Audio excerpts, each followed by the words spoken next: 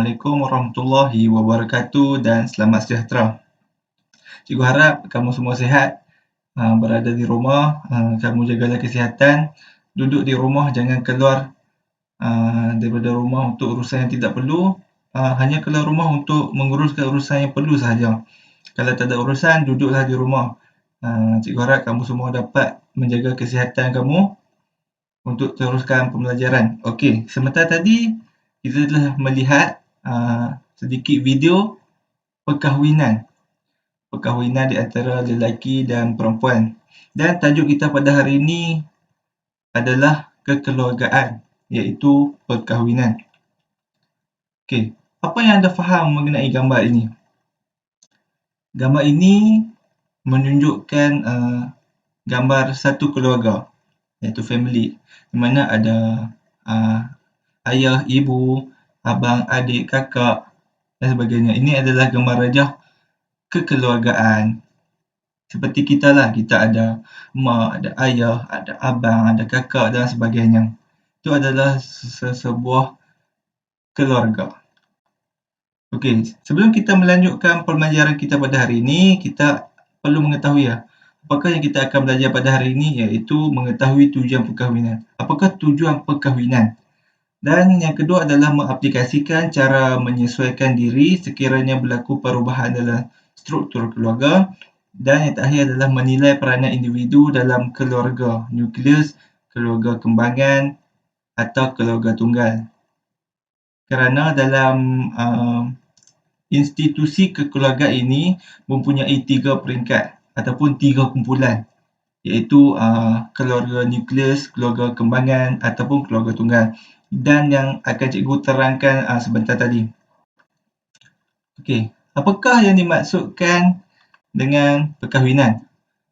Perkahwinan ini merupakan satu ikatan yang sah yang menghalalkan hubungan antara lelaki dan perempuan. Semua agama menggalakkan perkahwinan bagi mengelakkan terjadinya perbuatan yang tidak moral. Sebagai contoh, perkahwinan ini akan menghindarkan kita daripada melakukan perkara yang tidak diingin berlaku ataupun perkara-perkara yang salah.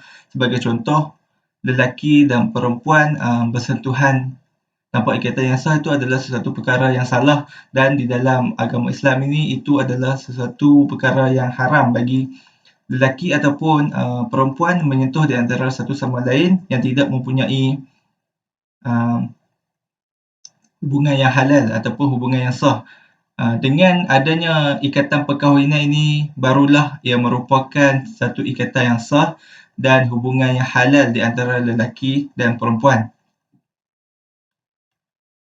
Okey, seterusnya adalah apakah yang dimaksud dengan faedah perkahwinan.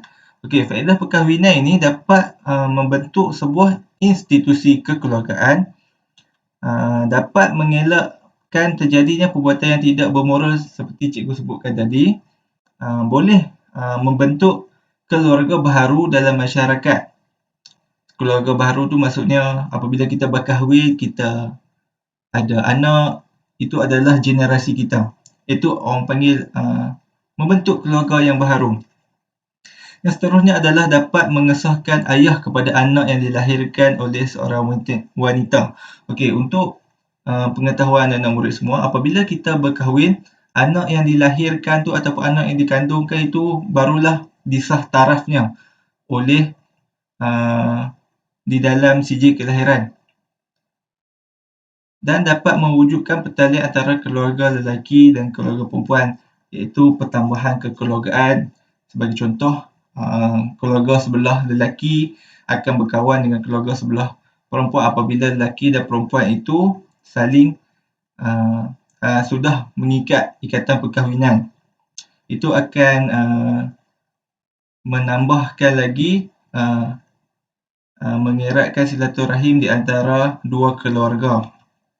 Okey, seperti yang cikgu sebutkan sebentar tadi, kita mempunyai 3 jenis-jenis kekeluargaan. Yang pertama adalah keluarga tunggal. Keluarga tunggal ini mempunyai salah seorang ataupun sama ada ibu atau bapa serta anak. Terjadi apabila ibu dan bapa tidak tinggal bersama akibat daripada perceraian ataupun kematian. Okey, keluarga tunggal ini bermaksud seseorang anak itu berada di bawah jagaan ibu ataupun ayahnya. Itu yang dimaksudkan sebagai tunggal jika ibu dan ayah kamu mengalami perceraian, maka anak-anak itu mungkin berada di bawah jagaan ibu ataupun ayah. Apabila mereka berjaga di bawah jagaan ibu ataupun ayah, mereka akan digelar sebagai keluarga tunggal. Okey, yang kedua adalah keluarga nukleus. Keluarga nukleus ini adalah terdiri daripada ibu, bapa, anak kandung atau anak angkat yang tinggal serumah, suami, isteri dan anak. Sebagai contoh di dalam gambar, keluarga nukleus ini adalah keluarga di mana mempunyai ayah dan ibu serta anak tinggal serumah. Yang seterusnya adalah keluarga kembangan. Keluarga kembangan ini terdiri daripada beberapa keluarga nukleus yang tinggal serumah, suami isteri, anak, ibu bapa dan adik-beradik. Sebagai contoh, kita sebagai anak, kita duduk dengan ibu dan ayah kita dan dalam rumah yang sama kita ada adik-beradik kita, kita ada tok dan nenek kita. Itu dipanggil sebagai keluarga kembangan yang tinggal yang ramai di dalam satu rumah. Okey, apakah peranan individu dalam keluarga? Okey, semua sedia maklum bahawa bapa ini adalah sebagai ketua keluarga dan bapa ni juga akan membimbing didikan dan pelajaran kepada setiap anggota keluarga. Bapa ni akan memastikan setiap ahli keluarganya dilindungi dan yang paling penting sekali adalah menyara kehidupan keluarga mengikut kemampuan, iaitu makan, minum, pakaian, perubatan, tempat tinggal, berlaku adil tu macam kita bagi makan. Kalau abang kita dapat makan ayam, kita pun dapat makan ayam. Kalau adik kita dapat baju baru, kita pun akan dapat baju baru. Itu adalah keadilan yang bapa ditanggung. Dan cikgu nak ingatkan kepada kamu, kamu janganlah sentiasa iri hati dengan adik-beradik kamu kerana bapa kamu sudah berusaha sedaya upaya untuk membahagiakan anak-anaknya. Dan yang keenam adalah menyelesaikan masalah. Okey, jika kita sebagai seorang pelajar, kita mempunyai masalah untuk susah untuk apa kita panggil tu, diselesaikan. Apabila kita ada masalah yang susah diselesaikan, maka kita bolehlah memberitahu bapa kita macam manakah untuk menyelesaikan masalah kita dan mewujudkan perpaduan seperti cikgu cakapkan tadi. Seorang bapa ni dia tidak mahu anak-anaknya berada dalam keadaan susah, walaupun bapa kita ni kadang-kadang gajinya kecil tetapi dia tetap berusaha. Dia cuba menunaikan apa yang kita mahu dan dia akan cuba sedaya upaya untuk menunaikan hajat yang kita nak tu. Okey, seterusnya adalah ibu. Ibu ni adalah akan mengamalkan nilai-nilai kasih sayang. Okey, kenapa cikgu cakap macam tu? Kerana naluri seorang ibu ni adalah melalui kasih sayang. Walaupun ibu kita marah kepada kita, namun marah itu tandanya sayang. Dia tidak mahu kita melakukan perkara-perkara yang negatif. Sebab itu dia marah, supaya kita dapat merubahkan diri kita ke arah yang lebih baik. Okey, seterusnya adalah menjaga kebersihan diri dan keluarga. Semua sudah maklum jika seorang ibu ni berkerjaya ataupun suri rumah, dia akan melakukan kerja-kerja rumah seperti membasuh baju, memasak, mengemas rumah dan sebagainya. Itu adalah orang cakap, walaupun tugas mengemas rumah ini, memasak, membasuh baju ini adalah tugas seorang bapa, tetapi ihsan daripada seorang ibu tu yang telah tertanam dalam dirinya untuk menjaga kebersihan diri dan keluarga. Dan seterusnya adalah mendidik dan mengasuh anak-anak dengan sempurna. Okey, kepada ibu-ibu yang menjaga kamu kerana ibu tu suri rumah, kamu sangat beruntung. Kerana apa? Sebab kamu dapat dididik dan diasuh oleh ibu sepenuh masa. Jika ibu yang mempunyai kerjaya, sebagai contoh ibu-ibu yang bekerja tiada masa untuk menjaga anak-anak dan anak-anak dihantar ke rumah pengasuh, itu adalah salah satu usaha yang dilakukan oleh ibu.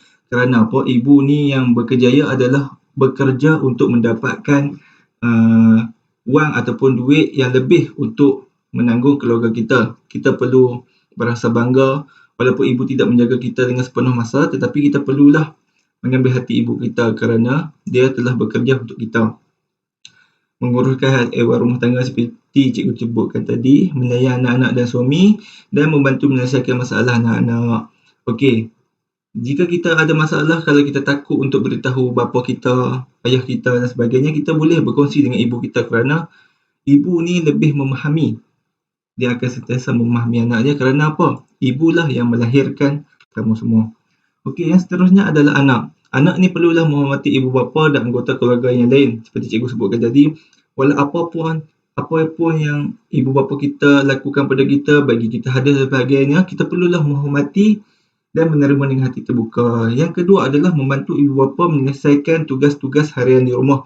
Kita sebagai seorang anak, kita melihat ayah kita bekerja ataupun ibu kita bekerja ataupun ibu kita suri rumah. Kita perlulah menolong ibu dan ayah kita membuat kerja-kerja rumah supaya kita dapat meringankan atau meringankan tugas yang ibu bapa kita lakukan. Yang ketiga adalah taat dan patuh kepada seorang ibu bapa, sentiasa mengembirakan hati ibu bapa, menjaga kebajikan ibu bapa setelah mereka tua, mencurahkan kasih sayang kepada ibu bapa.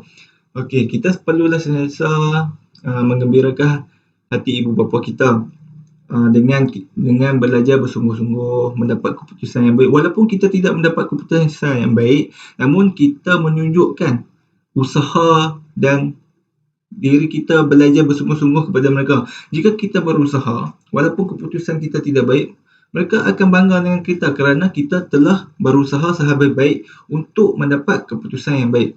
Dan yang paling penting, apabila kamu besar nanti, bila kamu sudah berkerjaya, mempunyai keluarga dan sebagainya, kamu perlulah menjaga kebajikan ibu bapa kamu setelah mereka tua. Kerana apa? Mereka telah memberi segala-galanya kepada kamu, maka kamu perlulah membalas kembali apabila mereka tua. Okey. Seterusnya adalah abang dan kakak. Okey. Menggantikan tugas ibu bapa semasa ketiadaan mereka, bertolak ansur antara adik-beradik, menghormati hak adik-adik dan anggota keluarga yang lain, dan sentiasa mendoakan kesejahteraan ibu bapa dan keluarga. Okey, abang dan kakak ni adalah sebagai pengganti ibu bapa. Jika ibu bapa tiada, maka abang-abang dan kakak akan menjalankan tugas-tugas ibu bapa di rumah, maka adik-adik ini perlulah mendengar cakap. Seterusnya adik. Menghormati ibu, bapa, abang, kakak serta orang yang lebih tua, meminta bantuan abang atau kakak dengan cara yang baik, berdikari dalam menguruskan diri. Okey, apabila abang-abang telah membantu adik, maka adik perlulah menguruskan diri dengan diri sendiri dan menghormati mereka. Kerana apa? Mereka lebih tua daripada kita. Okey, seterusnya adalah suami. Apabila kita berkahwin, sebagai seorang lelaki ini akan digelar sebagai suami, maka suami ini perlulah menyediakan tempat perlindungan untuk isteri dan anak-anak, memberi nafkah kepada isteri, memberi sepenuh kasih sayang dan menghormati hak isteri dalam mengendalikan hartanya. Ini adalah perkara yang penting untuk suami adakan selepas berkahwin. Dan seterusnya adalah isteri. Isteri perlulah patuh, taat dan memahati suami, jujur, ikhlas dan amanah, memikul tanggungjawab sebagai isteri. Sentiasa menjaga harta suami, memberi sepenuh kasih sayang kepada suami dan menjaga kepribadian diri. Sebagai seorang wanita yang beragama Islam ataupun perempuan apabila berkahwin, dia perlulah mengikut cakap suami. Bukan ikut cakap ayahnya, tetapi dengan cakap suami kerana suamilah yang akan menanggung dosa-dosa isteri ni. Okey. Kepentingan institusi keluarga. Okey. Kepentingan institusi keluarga ini merupakan asas yang penting kepada pembangunan sesebuah negara. Membentuk sikap positif yang menjamin masa depan yang cemerlang, menjadi tempat untuk menyemai nilai-nilai moral kepada anak-anak, mewujudkan generasi yang akan menegakkan agama, bangsa dan negara. Kesimpulannya hari ini, institusi kekeluargaan bermula daripada diri kita sendiri. apabila kita mempunyai ayah dan ibu, kita menunjukkan peribadi yang baik, maka nanti apabila kita berkahwin dengan isteri kita, maka keluarga kita juga akan menunjukkan kepribadian yang baik. Kerana apa? Apabila kita melakukan perkara-perkara yang positif dan meninggalkan galanya mengenai perkara negatif, maka di mata hadapan keluarga kita juga akan berada dalam keluarga yang harmoni. Okey, selepas ini cikgu akan sediakan penilaian kendiri yang cikgu telah sediakan. Kamu jawab dan selepas ini cikgu akan semak. Itu saja daripada cikgu pada hari ini. Wabillahi taufiq wal hidayah. Assalamualaikum warahmatullahi wabarakatuh dan kita jumpa lagi. Terima kasih.